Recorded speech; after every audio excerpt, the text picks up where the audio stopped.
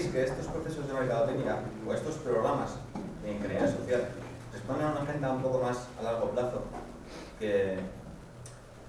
Porque yo es que estuve en el 15M, igual que tú, desde el primer día hasta el último, y desde antes.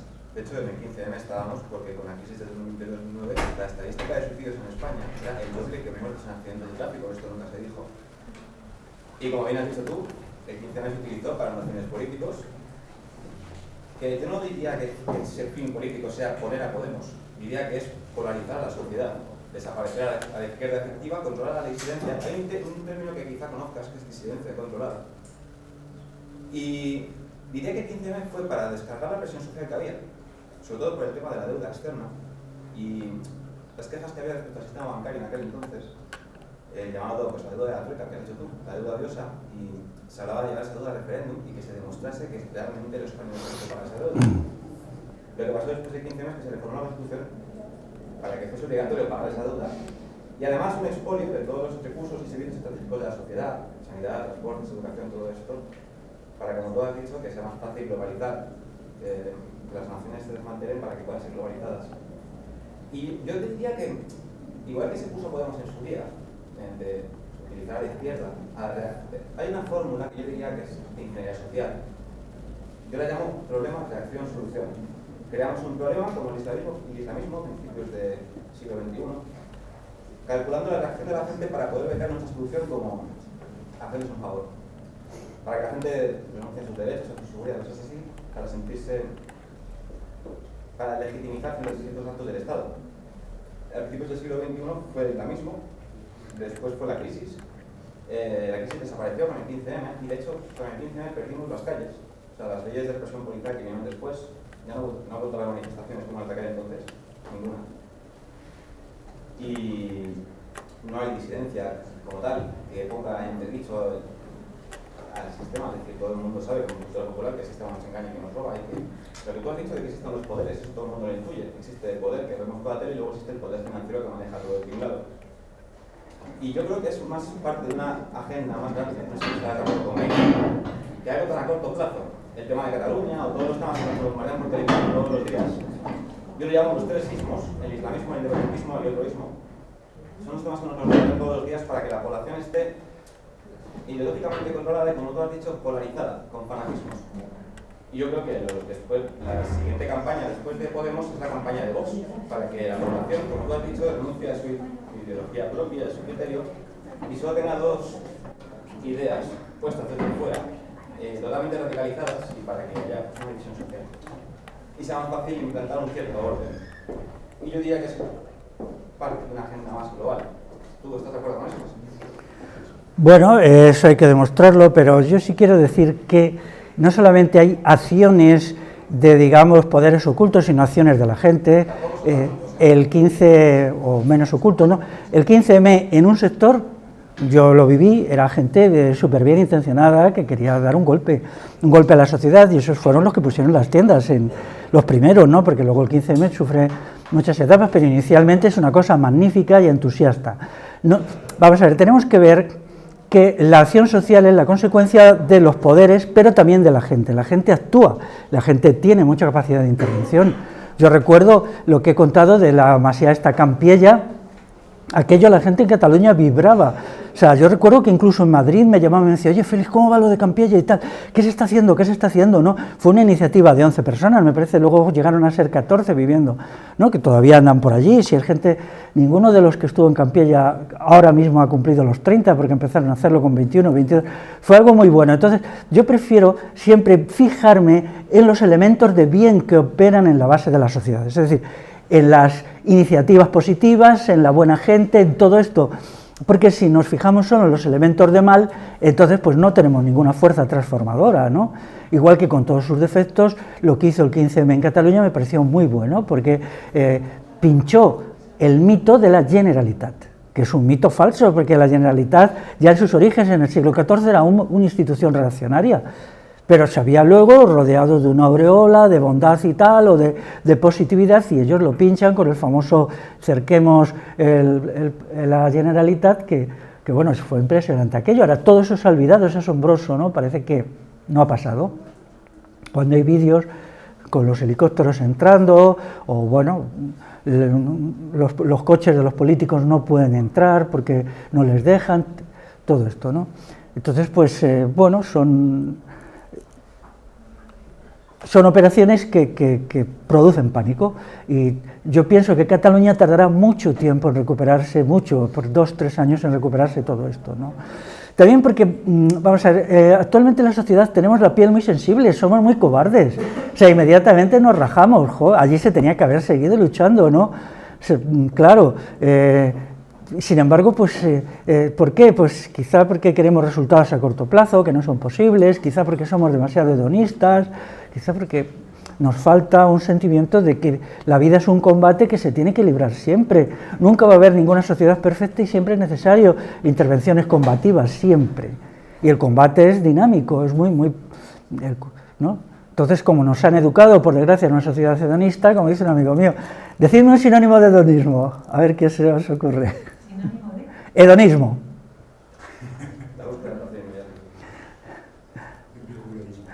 Bueno, mira, el epicureísmo es todavía peor. O sea, el sinónimo esencial de hedonismo es depresión. Depresión, sí. Y eso es una cosa que ya se sabía en los griegos, ¿no? En la filosofía griega, que ellos hicieron aportaciones muy interesantes, sobre todo a la filosofía cínica. Conocido a un chico que vive como los filósofos cínicos, Diógenes el cínico, vamos a hacer un vídeo juntos. Es como un cínico del siglo XXI, y entonces pues a mí me hace mucha ilusión, porque yo en secreto siempre he sido muy partidario de los filósofos cínicos, Diógenes el Can, todos estos, ¿no? Entonces, como nos falta una moral del combate y una voluntad de combate, vivimos de rodillas, no estamos de pie, pensamos que todo lo tienen que hacer las instituciones o todo nos lo tienen que dar hecho, no. Si hay algo que está mal, da un paso para resolverlo, tú, y no mires para atrás si alguien te sigue, tú da el paso. Si te sigue alguien bien y si no te sigue nada, pero tú da el paso, acepta el combate, porque luego realmente se consiguen cosas maravillosas en el combate, ¿eh? Se consiguen cosas, y luego los poderes actuales que parecen tan potentes no son tan potentes, ¿eh? No son tan potentes. Si se les contesta con una estrategia adecuada, incluso grupos reducidos de personas les pueden poner en la defensiva. De hecho, el proceso en Cataluña triunfó más por la debilidad de la sociedad civil catalana que por la fuerza de los gerifaltes que lo dirigieron. Igual aquí, también, claro, se vivió el 15M como el dador de felicidad, pleno empleo. No. El 15M es un acto de servicio cívico, y entendámoslo como un servicio cívico. Y si lo vemos así, pues entonces no estamos pidiendo nada, estamos aportando, estamos dando. Pero eso, pues no lo logramos, no lo logró el 15M y no lo logramos yo tampoco, porque yo estuve allí. Lo hicimos mal. Yo ahora quiero volver a releerme el libro, mi libro autocríticamente, es decir, para entender qué hicimos mal, que ya sabía yo que lo estábamos haciendo mal, pero no era capaz de hacerlo bien. Por lo menos yo no fui capaz de hacerlo bien. Adelante. Un poco el tema del proceso, como una acción política de marketing, y ahora que está más o menos en un punto de no retorno, ¿dónde ves el error de si lo dejan ya muerto, o si hay un plan B, o si... Ahora mismo... dejarlo morir por su propio cauce? Bueno, ahora mismo la sociedad catalana está en caída libre. Claro, yo lo veo como un plan de no retorno. No hay vuelta atrás, tampoco hay una salida fácil y una salida limpia. Bueno, estas operaciones, como están basadas en la fe irracional, en un tipo de religiosidad, cuando ese tipo de religiosidad uno encuentra que ha sido engañado, lo que se produce es un sentimiento de decepción muy fuerte, y lo que sucede es una retirada a la vida privada. Igual pasó aquí con el 15M. Entonces la gente dice, mira, yo no quiero saber nada de nada, me refugio en que es lo que ayer me decían los amigos del 15M con los que ayer mismo estoy hablando, ¿no? Y esto es muy negativo, porque no puede ser eso. Vamos a ver, os diría algo más. El combate no solamente vale para construir sociedades mejores, que no sociedades perfectas, sino sirve sobre todo para construirse a uno mismo como persona. Que renuncia al combate acepta ser una escoria. Y eso es así, porque el combate es lo que mueve las fuerzas interiores para una acción. Y entonces es la voluntad de combatir, es decir, me pongo de pie. O sea, y ese me pongo de pie es revivir. Entonces, las sociedades donde el combate ya no se considera necesario, pues son sociedades de seres piltrafa. Pero eso se inventa el estado de bienestar, porque al individuo hay que desactivarle incluso en la idea de construir su vida por sí mismo. Es muy distinto que el individuo diga, mi vida es mía y la tengo que vivir con la grandeza de la lucha, incluso egoísta. No, hoy me siento, el Estado me da la renta básica, esto ya no tengo que hacer nada. Entonces, ¿qué es la vida? La vida, si no es un esfuerzo, no se construye uno a sí mismo. Yo recuerdo hace años cuando se hizo un encuentro en el País Vasco, allí hay una renta básica de 615 euros, el gobierno vasco da una renta, la reciben varios miles de personas. Y entonces se hizo una especie de encuentro informal en casa de una amiga en Bilbao de gente que percibía la renta básica y otra gente que no la quería. Entonces era tremendo ver el grado de degradación social que crea la renta básica, Personas que han perdido toda conciencia de cuándo levantarse, cuánto acostarse, cuánto sentimiento de... nada, o sea, personas que estaban completamente anuladas porque sabían que con ese dinero podían vivir. ¿Eso es una vida humana? No, no lo es.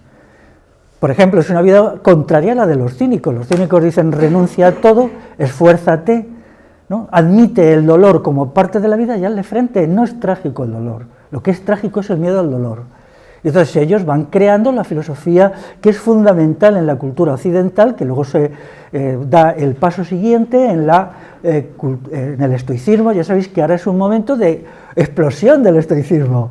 Han descubierto que para trabajarse bien a la gente que hace deporte, lo mejor es la filosofía estoica. Hay un libro por ahí que se llama Invicto, no quiero hacerle publicidad, pero hace 9 años que no hablaba del estoicismo, me temo que eso lo hablaba yo. Tengo que decir que aquí nadie sabía quién era Epicteto hasta que yo empecé a hablar de él en algunos vídeos míos, ¿no? Epicteto, filósofo del siglo I, ¿no? Ahora sí, ¿por qué? Porque el ciclo del epicureísmo, del hedonismo se ha cubierto y la resultante es la nada, la destrucción del sujeto. Pero hay que acabar con la sociedad epicúrea, que es la sociedad de los servicios dados. Cuando nos dan algo, lo primero que tenemos que decir es no, no queremos nada. Todo lo tenemos que construir nosotros. No queremos ideas dadas, no queremos nada que no hayamos construido nosotros, porque lo dado degrada. Y entonces hay que crear un sistema en el cual sea la ayuda mutua entre personas horizontalmente la que resuelva los problemas reales, que es lo que ha permitido a la humanidad salir adelante desde hace 100.000 años, desde que somos humanos, ¿no? Entonces ahora, claro, ¿cómo resolvemos el problema de la depresión creada por un sistema que desactiva la creatividad del sujeto? A ver, el estado de bienestar es eso. Y esto está creando unos problemas, claro, la depresión. Ahora inventamos todos los psicofármacos contra la depresión, vale, pero son tóxicos. ¿Quién va a curar luego a toda esa gente que dentro de 20 años va a estar muy enferma por los tóxicos? Enferma del hígado, pues, el hígado sobre todo, en fin. Entonces estamos como en una cadena de falsos remedios. Y ahora en Cataluña pues hay el problema también de la depresión colectiva. ¿Por qué? Porque se creyó en lo que no se debía de creer. Pero también porque no se tuvo voluntad y valentía, y eso ahora lo voy a decir allí a tomar por saco, cuando vaya ahora, en que había que hacer una intervención cívica y decir, no, esto es un engaño, ¿pero esto qué es?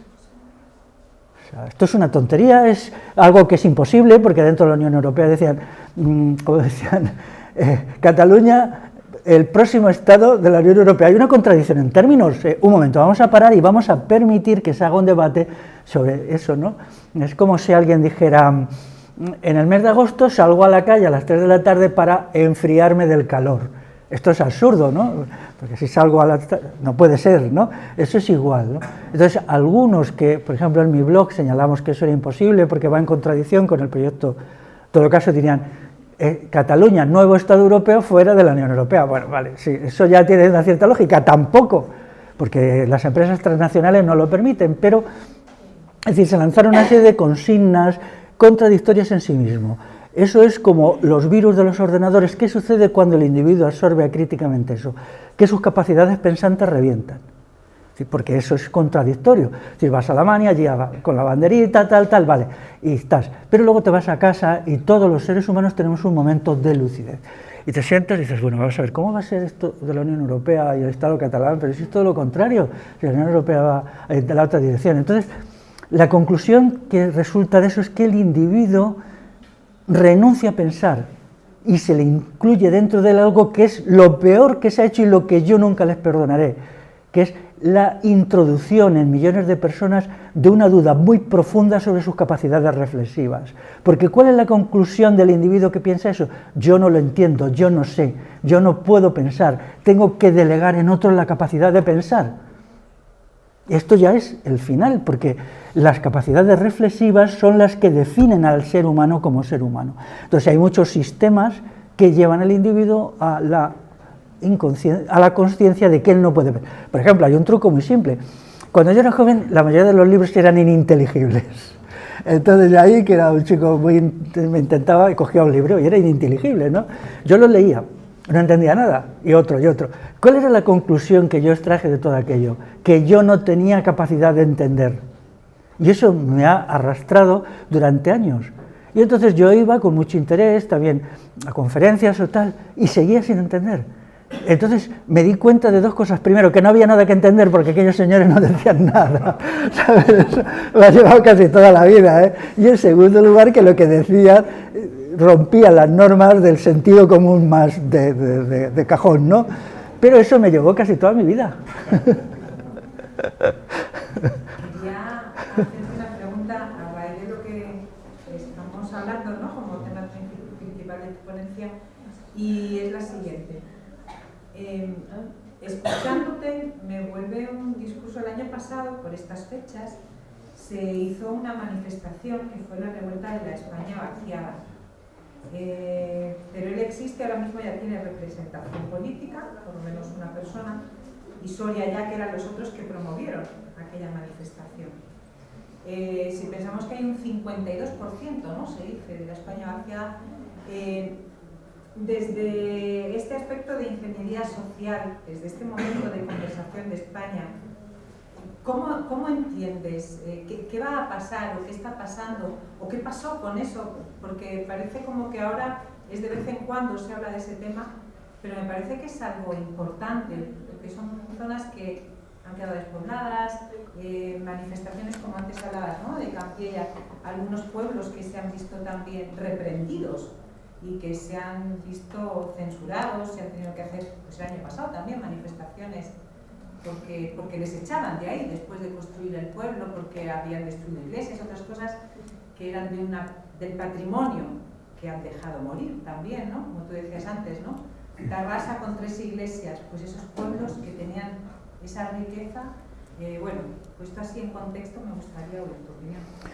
Sí, te refieres al caso de Fraguas, ¿no? Fraguas, el pueblo este del norte de Guadalajara, en la que un grupo de gente va allí, el pueblo estaba en ruinas, yo lo visité hace ya años y ahora este verano he vuelto allí otra vez, y entonces no les importa que esté en ruinas, ¿no? Pero cuando aparece por allí una gente a intentar rehacer aquello, entonces sí se acuerdan de que hay que echarlos, ¿no? O sea, esa zona es la más despoblada, dicen que toda la zona esta del sistema central, a un lado y a otro, es la más despoblada de toda la Unión Europea. No sé si es igual que Laponia o todavía más despoblada que Laponia. Aquí quiero decir que las operaciones de ingeniería y de manipulación social que se han hecho en los últimos 80 años, en los tiempos del franquismo y en los tiempos del parlamentarismo, han sido las más brutales de todos. Se han hecho cosas despiadadas, se ha manipulado la conciencia de la gente y se han tomado medidas para triturar, dividir, enfrentar como en ningún país europeo. Hay una razón, que es las peculiaridades de nuestra historia, que yo explico, o sea, una historia que a mí me parece épica y magnífica. Entonces había que destruir todo eso, había que destruir las sociedades ibéricas, porque en algún momento habían sido decisivas con el asunto de la revolución bagauda del siglo V, ¿no? Entonces aquí se ha hecho todo... ¿El principio de la despoblación? Claro, entonces aquí se han tomado medidas de una brutalidad tremenda, y eso explica que estas zonas... Mira, por ejemplo, en el sistema central, Fraguas, ¿no? Se puede coger... Yo lo digo porque mi familia es de allí, se puede coger 100 kilómetros este-oeste y 40 norte-sur, considerando Fraguas la parte más al sur, pero luego ya en la provincia de Soria y Segovia, donde no vive nadie. Vas por los pueblos y en invierno es muy difícil que te encuentres a nadie allí. De tal manera que de vez en cuando yo voy por allí para visitas culturales, lo primero que digo, el depósito lleno, el depósito lleno, tener seguros que no vamos a encontrar ningún sitio donde comprar nada, tal, ¿no? En todo caso, a lo mejor, yo qué sé, es que no hay ni gasolineras, ¿no? Entonces todo eso no suscita... Ahí está, ¿no? O por ejemplo, el norte también de Huesca, el norte de Zaragoza, Y entonces, eso cuando está ahí, claro, eso empieza ya a ser demasiado visible y chirriante. Entonces se inventan la historia esta de la España vaciada. ¿Qué es la España vaciada? Que yo sepa, hasta ahora solo son palabras, porque aquello no... Vamos a ver, ¿qué quiere decir esto? O sea, lo primero que hay que hacer es recuperar la vida económica de estos pueblos, que aquí era muy rica. Yo tengo un libro donde esto lo explico. O sea, todas esas zonas tenían una riqueza ganadera enorme, ahora no tienen nada, aquello está perdido todo. Pero hasta hace incluso 50 años había mucha riqueza ganadera allí porque es un clima frío muy adecuado al ganado.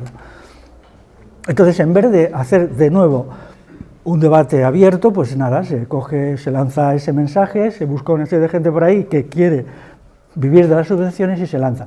Quienes llevábamos trabajando mucho lo de la España vaciada, no cuentan con nosotros, salvo para insultarnos. Hace 2 años se crea en Teruel una pequeña entidad para llevar población a Teruel. Y esta entidad, a la que yo no conocía de nada, me llama y me dice: Félix, ven, porque tú tienes cosas serias sobre este asunto, vente, ven. Total, nos hicimos unos viajes para allí por Teruel, intentamos, sí que no se puede hacer nada. Entonces estuvimos en la zona minera, Utrillas y tal, hablando allí con la gente, cómo se cierran las minas de Utrilla y se manda a la calle a 300 trabajadores, que eso es una cosa de la Unión Europea para destruir a este país, que lo hace el gobierno socialista de Felipe González, porque aquellas minas no es verdad que no fueran rentables, no es verdad, sino simplemente Alemania, para quedarse con toda la industria, paga para que eso se cierre. Y yo recuerdo allí una patética conversación en un sitio desolado con unos antiguos mineros. Ellos dijeron un día: bueno, esto se cierra, y venga, vamos a jubilar bien, eso sí, les dan jubilaciones decentes, pero os vais a casa. Y ellos 15 o 20 años después seguían allí sin haber entendido nada, un poco aturdidos, ¿no? Bien, nosotros tenemos aquí una buena pensión, pero ¿qué? Pero esto, ¿qué vida es esta, no? Y deambulamos por toda la provincia y, bueno, pues intentamos hacer lo que pudimos. Pero estas cosas que son una iniciativa popular, porque quien lo hace es un veterinario, un chico veterinario de allí que estaba horrorizado de cómo estaba Teruel, pues eso no se toma. Entonces se lanza en la televisión ese potaje que nadie lo entiende, ¿no? Luego montarán 2 o 3 cosas que no valen para nada, porque todas las cosas desde arriba no, nosotros queríamos hacer algo desde abajo. Ir buscando pequeñas iniciativas de trabajo en la provincia de Teruel y luego gente de fuera que se fuera sumando a eso, ¿no? Y bueno, ellos siguen, yo me desentendí un poco por falta de tiempo, pero que yo sepa, ellos siguen. No es el Teruel Existe, esto se llama Plataforma para Repoblar Teruel o algo así. 4 o 5 personas, pero ves, eso tiene una iniciativa, eso es muy importante. Las sociedades no se salvan nunca cuando un gobierno hace esto y lo otro, tampoco se salvan cuando hay una iniciativa popular dirigida, se salvan cuando gente con virtud cívica da un paso adelante e intenta remediar un problema, como había hecho este amigo veterinario. Había dicho: yo tengo que hacer algo, no estamos esperando que nos lo den hecho, ni que nos digan en la televisión lo que tenemos que hacer. Esas iniciativas aparentemente son muy poco fructíferas, pero realmente es lo que vale. Sobre todo si consiguiéramos que iniciativas como esta hubiera 10.000, porque hay otras muchas, por ejemplo lo de Fraguas. Bueno, Fraguas ha generado un movimiento importante de solidaridad, si entráis en internet y ponéis Fraguas, ¿no? Pero claro, bueno, es muy difícil, también quizá en Fraguas no son conscientes de lo tremendo que es buscar una aldea que se abandonó hace 60 años y irse allá a vivir, ¿no? Hay que tener en cuenta cómo irse, quizá ellos no lo han hecho de la mejor manera posible, ¿no? Pero hay muchas iniciativas así. Entonces, las sociedades se salvan cuando en la base popular hay una decisión de intervenir, que no es la intervención política, sino es una intervención de la sociedad. Oye, Félix, yo y luego con 2 cosas. Una, yo estuve, no sé si de los primeros días, ni mucho menos como tú, que sabías cosas del 11M antes de que aquello se hiciera popular, pero yo fui a Sol. Y tengo el recuerdo de bajar, creo que por la calle Carretas, y al llegar allí había pancartas por las paredes, en los pósters de obras y las farolas, cosas del 11M, del 11S, de un montón de cosas. Y yo tuve la sensación de que había una revolución. Yo iba con unos amigos y les dije: ojo, yo tengo la sensación de que había una revolución individual. A los 3 días empezó a haber asambleas y cosas así, no asistí ni a ninguna. Ya empezó a haber como líderes de opinión dentro de todo eso, ya empezó a haber formas, estilos, hasta vestimentas, hasta gritos en el sentido de... Sí, como, o sea, cánticos, ¿no? Y ya dije: joder, esto, en mi opinión, desde la perspectiva del marketing, ya me empezó a parecer marketing del mal, que yo digo, ¿no? marketing como el que hace el Real Madrid, un estilo, una vestimenta, unos colores, unos cánticos y tal. Entonces desaparecí del mapa. Pasé incluso una noche allí con un primo mío, que ya nunca más volví. No, desconecté porque ya me parecía otra cosa igual.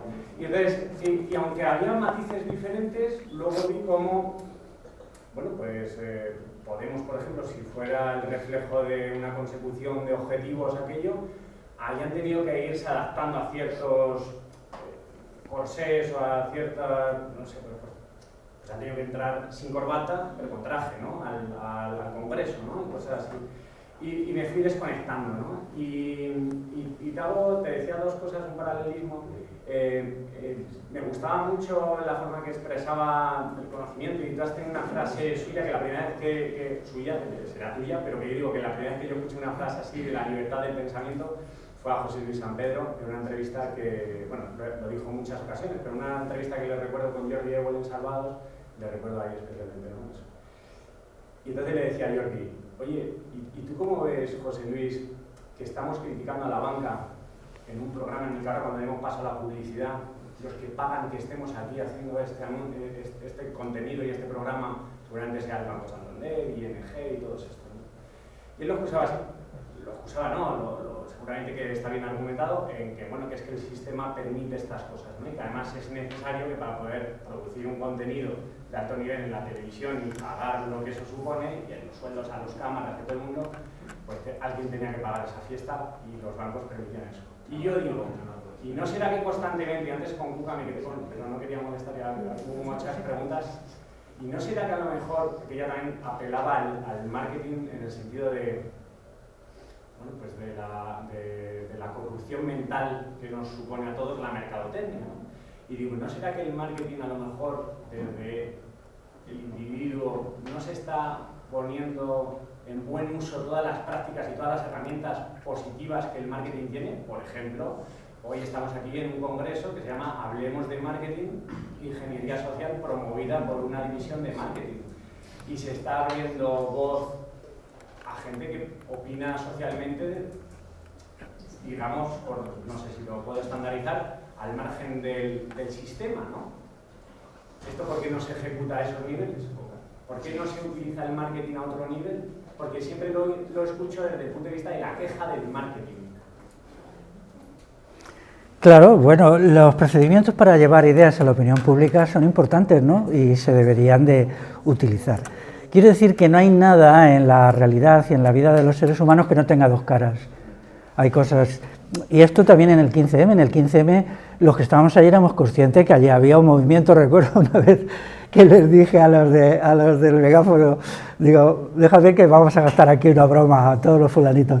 Había 1000 personas en la asamblea, y digo, déjame el megáfono que voy a decir, a ver, los que sean informadores del CNI, de la Guardia Civil, de la CIA y tal, que levanten la mano. Y me dijeron, cuidado, ni se te ocurra, ¿no? Pero era una forma de advertir al público que no todo era trigo limpio allí, que era inevitable que en una acción como esa, ¿no? Luego lo hablamos y ellos me dijeron, ¿cuánto crees tú? Digo, hombre, yo así a ojo creo que hay unos 20 por aquí, 3 o 4, y tal. Ese es inevitable, ¿no? Y hubiera sido, pero quiero decir que todo movimiento social, toda persona tiene un lado negativo y un lado positivo. Entonces, hay una decisión previa que cuando uno se encuentra ante estas cuestiones así, ¿qué pone por delante, lo positivo o lo negativo? Yo siempre he decidido poner lo positivo. Es decir, voy a un sitio, intento ver los escasos a veces elementos de bien, de transformación social que hay allí, y ponerme del lado de eso, pero sin negar los elementos negativos. ¿Por qué? Porque lo tengo que hacer también conmigo mismo, ¿no? Como persona, pues yo vivo siempre en una lucha permanente dentro de mí mismo, y entonces pues procuro tomar partido por mi lado bueno, por mi lado positivo, pero sin olvidar que existe lo negativo. Y entonces si nos dejamos llevar por la visión hipercrítica de todo, entonces todo resulta negativo, pero eso es nihilismo y eso nos lleva a la nada, ¿no? Igual pasa con la mercadotecnia. La mercadotecnia establece a veces normas relativamente inteligentes de cómo comunicar, porque al fin y al cabo, claro, viéndolo el lado nuevo es información sobre bienes y servicios, ¿no? En el sentido comercial, ¿no? Y eso también importa, y allí pues a veces se infringían efectivamente normas de una cierta calidad de la comunicación, ¿no? Yo, para quitarme de líos, me metí en la biblioteca de Sol y allí estuve, porque era el sitio menos conflictivo. El sitio más conflictivo era el que dirigía las asambleas, ¿no? Aquello era tremendo, ¿no? Porque estaban sometidos a presiones muy fuertes. En la biblioteca vivíamos tranquilos, ¿no? Pero yo tengo una frase acuñada que es lo de lanzar una mirada de amor, ¿no? Las sociedades actuales están demasiado volcadas en el criticismo. No echamos chispas, esto está mal, lo otro está mal, esta persona tal. Entonces yo abogo porque se dé la vuelta a la cuestión y entonces se empiece a ver el aspecto positivo de la gente, no de las instituciones de poder, porque el poder esencialmente, el poder corrompe porque es malo. La frase el poder corrompe es porque el poder... Pero de nuestros iguales actuemos con benevolencia. Yo aquí señalo los aspectos negativos del 15M, no los suficientes, los reconozco, pero sobre todo señalo los aspectos positivos, porque era muy ingenuo aquello, una explosión de voluntad de ser útil, de servir, de preocuparse por los problemas, era muy emocional. A veces te daban ganas de llorar cuando, no en las asambleas, que era lo más formalista, pero cuando nos reuníamos allí en petit comité, bueno, que podíamos ser 200, ¿no? Era muy emocionante ver cómo la gente quería hacer algo por la sociedad, mejorarse, ¿no? Entonces ese era el elemento positivo, hay un factor de positividad, ¿no? Está bien criticar al poder constituido, a sus fullerías, a sus maniobras, a sus intervenciones, pero siempre que al mismo tiempo se haga una visión positiva de nuestros iguales, de la gente con que estamos, de los ambientes en que nos movemos, porque no se vive en lo negativo, se vive en lo positivo. Esto además ha sido promovido, bueno, yo les tengo mucha manía a esta gente, ¿no?, a la escuela de Frankfurt con el pensamiento crítico. El pensamiento crítico es una, bueno, la escuela de Frankfurt ha dominado la cultura occidental durante, ahora ha decaído, pero hace muy poco. Entonces, claro, ¿por qué el pensamiento tiene que ser crítico? El pensamiento tiene que buscar la verdad, el objetivo del pensamiento es la verdad, y luego en todo caso la crítica primera. En segundo lugar, ¿por qué siempre crítico? ¿Por qué tenemos que ir siempre con el vinagre por delante, ¿no? Hay un refrán castellano que dice, se cazan más moscas con miel que con vinagre, ¿no? Si se trata de eso, pues empecemos con la miel, ¿no? Y entonces, un cambio, bueno, ellos inventaron una cosa que es tremenda, ellos usaban muy bien el lenguaje, eran, por ejemplo, tienen un libro ellos, que lo que tú dices de la mercadotecnia, que dice, la lógica de la autenticidad. Fijaros qué frase más bonita. Un libro de Adorno, de la Escuela de Frankfurt, una frase preciosa que realiza en la sociedad una cosa súper sucia, que es la teoría hobbesiana del filósofo Hobbes de la guerra de todos contra todos. No es imposible ponerle una etiqueta mercadotécnica más bonita a lo que es pura cochambre y pura podredumbre, ¿no? Entonces siempre me ha indignado mucho esa corriente, en alguno de mis libros lo critico, pero no lo suficiente, ¿no? Entonces, ¿qué resulta de todo eso? Un declive de la convivencia en las sociedades occidentales. ¿Alguna pregunta más?